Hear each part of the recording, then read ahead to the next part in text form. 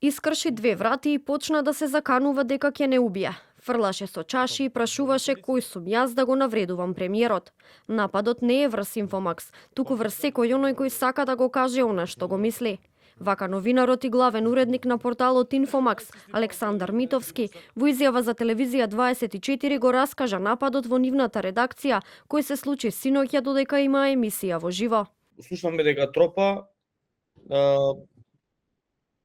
излезе Милош да види што се случува. Тргна да излегува да види што се случува. Тој во тој момент успеал да ја обие вратата на дворешната, таа што е од дворот, влезната врата кон дворот на редакцијата, од таму директно се упати кон студиото. Тука почна со да вика, да се заканува дека ќе не убиел, прашуваше кој сум јас.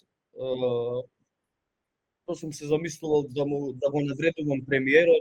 Ова е напад врз секој кој што сака да зборува, да го каже она што го мисли. Од МВР за синоќешниот напад велат дека 43 годишниот скопјанец, за кој било утврдено дека е лице со здравствени проблеми, кое претходно било спроведувано во психијатриската болница Бардовци, веднаш бил лишен од слобода. Против него ќе биде поднесена кривична пријава. За вчерашниот напад реагираа и од политичките партии.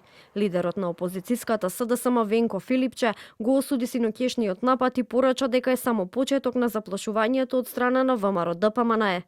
Синоќешниот напад врз новинар и медиум е само почеток на заплашувањето. ВМРО ДПМНЕ не може да дозволи пред избори народот да дознае дека ја издале Македонија.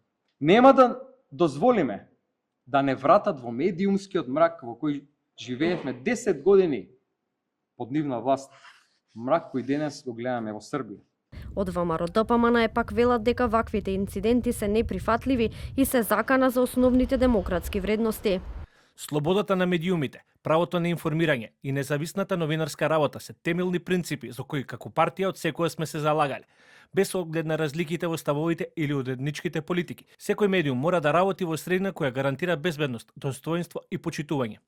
Од левица велат дека нападот е символ на владење кое се плаши од слободен збор и од неконтролирано јавно мислење. Насилното опаѓање во студио среде емисија во живо е огледало на политичкиот поредок кој го гради Мицкоски и неговиот круг.